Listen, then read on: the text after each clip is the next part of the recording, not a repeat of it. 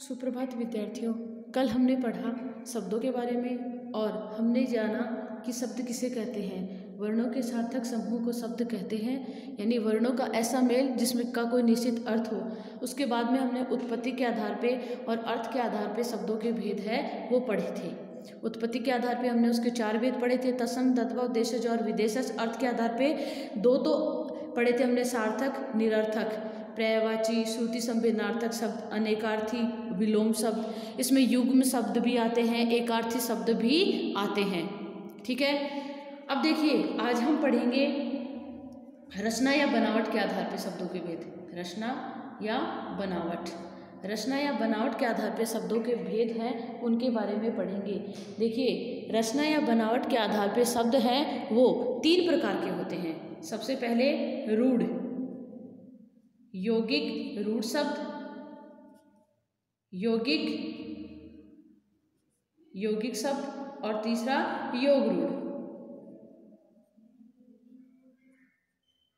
रूढ़ यानी जो शब्द किसी एक विशेष अर्थ के लिए प्रयुक्त होने लग जाता है, उसी के लिए वो क्या हो जाता है, प्रचलन में आ जाता है, रूढ़ हो जाता है।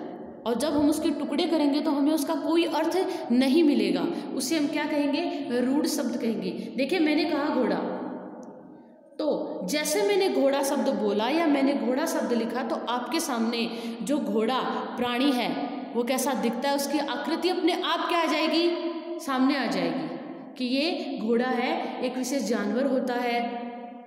तो उसको देखते ही, शब्द को देखते ही एक विशेष जो अर्थ है जिसके लिए ये प्रयुक्त हो रहा है उसका हमें पता चल जाएगा।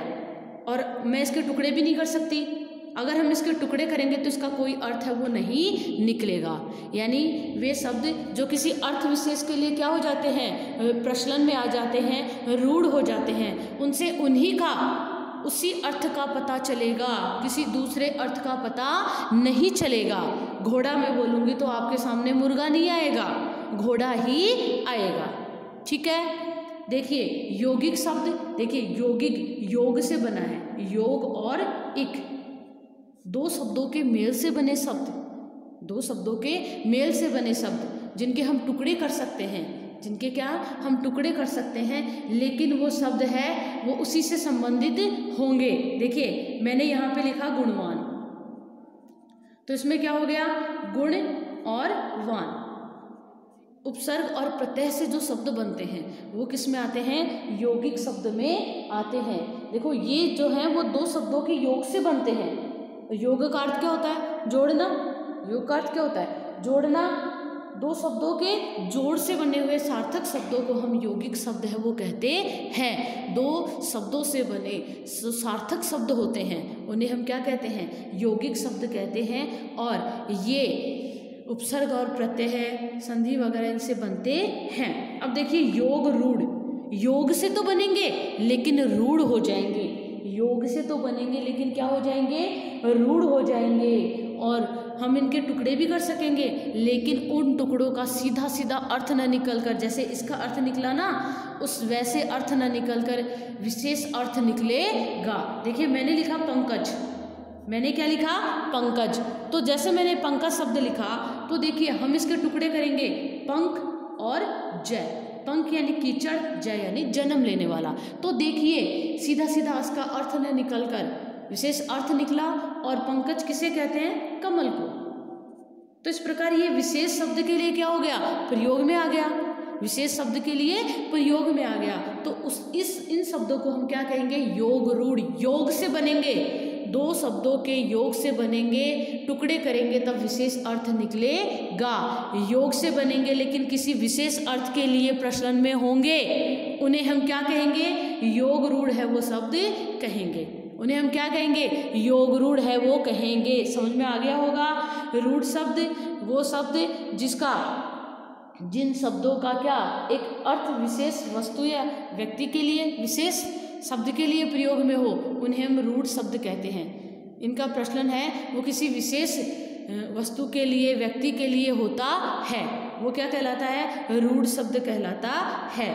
दूसरा यौगिक, योग से बनते हैं, ये क्या योग से बनते हैं, सार्थक अर्थ देते हैं। और उसी से संबंधित होते हैं। जैसे समाज और एक सामाजिक, तो समाज से संबंधित हो गया सामाजिक, इतिहास और एक ऐतिहासिक, इतिहास से जो संबंधित है उसे हम क्या कहेंगे, ऐतिहासिक। तो देखिए योग रूढ़ शब्द है, उसके हम टुकड़े करेंगे लेकिन उसका एक विशेष अर्थ होगा। योग से तो बनेगा लेकिन किसी विशेष अर्थ के लिए रूढ़ हो जाएगा, ये कहेंगे हम, इसे कहेंगे हम योग रूढ़ शब्द। अब देखिए अगला है प्रयोग के आधार पे। प्रयोग के आधार पे शब्द हैं वो दो प्रकार के होते हैं, विकारी और अविकारी।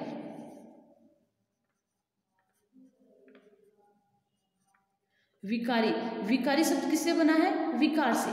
विकार का अर्थ क्या होता है, परिवर्तन। विकार का अर्थ क्या होता है, परिवर्तन। और एक उपसर्ग है जो नहीं का अर्थ देता है। अविकारी यानी जिसमें परिवर्तन नहीं होता, जिसमें क्या नहीं होता, परिवर्तन नहीं होता।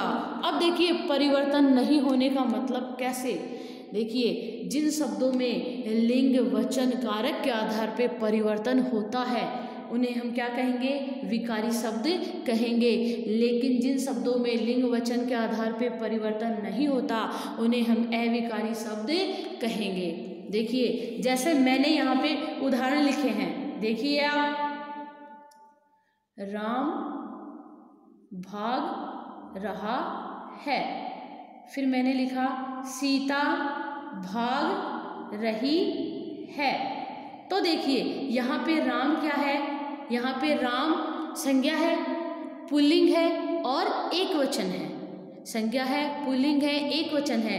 यहाँ पे रहा है क्रिया उस पुल्लिंग के अनुसार प्रयुक्त हुई है। लेकिन देखिए दूसरा जो हमारे पास वाक्य है, सीता भाग रही है, तो सीता स्त्रीलिंग हो गई, है तो एक वचन लेकिन स्त्रीलिंग हो गई, इसके लिंग में परिवर्तन हो गया।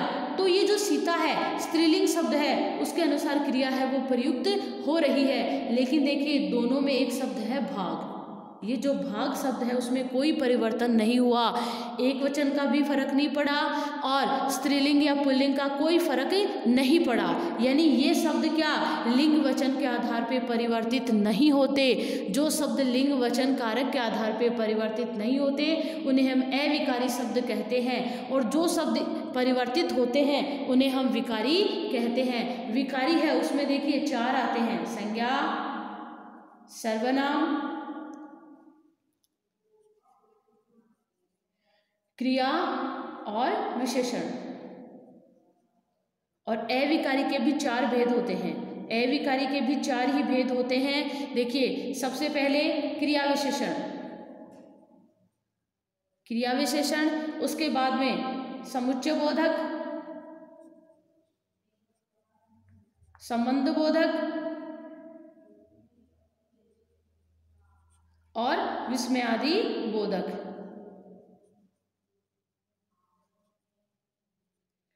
तो इनका तो विश्लेषण हम आगे करेंगे, इनका विश्लेषण हम वो आगे करेंगे, जिसमें हमने संज्ञा तो पढ़ ली है। किसी व्यक्ति, वस्तु, स्थान आदि का बोध कराने वाले शब्दों को संज्ञा कहते हैं। संज्ञा के स्थान पर प्रयुक्त होने वाले शब्द सर्वनाम कहलाते हैं, जिससे हमें किसी कार्य के करने या होने का पता चले, उन्हें हम क्रिया कहते हैं। विशेषण जो किसकी विशेषता बताते हैं, संज्ञा सर्वनाम की विशेषता बताने वाले शब्दों को विशेषण कहते हैं। तो ये तो हमने वैसे भी हमें पता है और हम आगे जो पढ़ेंगे उसमें समझ लेंगे। देखिए विशेषण और क्रिया विशेषण में अंतर होता है। विशेषण किसकी विशेषता बताते हैं, संज्ञा सर्वनाम की, जबकि क्रिया विशेषण किसकी विशेषता बताते हैं, क्रिया की। ये आपको ध्यान रखना है। तो इनके बारे में हम पढ़ेंगे, लेकिन प्रयोग के आधार पे हमें पता होना चाहिए शब्द है वो दो प्रकार के होते हैं, विकारी और अविकारी, जिनमें परिवर्तन होता है किस आधार पे, लिंग वचन कारक के आधार पे वो विकारी कहलाते हैं। और इसके चार भेद होते हैं, संज्ञा सर्वनाम क्रिया और विशेषण। और अविकारी जिनमें परिवर्तन नहीं होता, किस आधार पे, लिंग वचन क्रिया, इनके आधार पे कोई परिवर्तन है वो नहीं होता। जैसे देखिए यहाँ भाग जो शब्द है उसका स्त्रीलिंग पुल्लिंग के आधार पे कोई उसमें परिवर्तन नहीं हुआ। इसके चार भेद होते हैं, क्रिया विशेषण, समुच्चय बोधक, संबंध बोधक और विस्मयादि बोधक। ये था प्रयोग के आधार पे, ये था रचना या बनावट के आधार पे। तो इस प्रकार शब्द है उनको हमने अच्छे से समझ लिया है। उत्पत्ति के आधार पे शब्द चार प्रकार के होते हैं, तत्सम, तद्भव, देशज और विदेशज। अर्थ के आधार पे सार्थक, निरर्थक और भेद मानते हैं हम उसके पर्यायवाची, श्रुति संभिन्नार्थक शब्द, अनेक, अनेकार्थी, एकार्थी, विलोम, युग्म शब्द ये सारे किस में आते हैं, ये अर्थ के आधार पे आते हैं। फिर रचना या बनावट के आधार पे रूढ़ शब्द यौगिक और योग रूढ़। रूढ़ जो किसी एक ही शब्द के लिए प्रयुक्त होता है, उसके टुकड़े करने पर हमें कोई अर्थ नहीं मिलेगा। यौगिक जो दो शब्दों के योग से बनते हैं और जिनका सार्थक अर्थ होता है। योग रूढ़ जो बनते तो योग से हैं लेकिन किसी विशेष अर्थ के लिए प्रयुक्त होते हैं, किसी विशेष अर्थ के लिए रूढ़ हो जाते हैं, उसके लिए प्रश्न में आ जाते हैं। जैसे देखिए दशानन, दशानन किसके लिए आता है, रावण के लिए। टुकड़े करेंगे 10 और आनन यानी 10 सिरों वाला रावण, 10 है आनन जिसके। इसी प्रकार पंकज, जलज, नीरद, वारिद ये सारे शब्द क्या हैं, योग रूढ़ शब्द हैं। और प्रयोग के आधार पे शब्द है, उसके दो भेद होते हैं, विकारी और अविकारी। आपको इस अध्याय को अच्छे से पढ़ना है और इसको समझना है। धन्यवाद।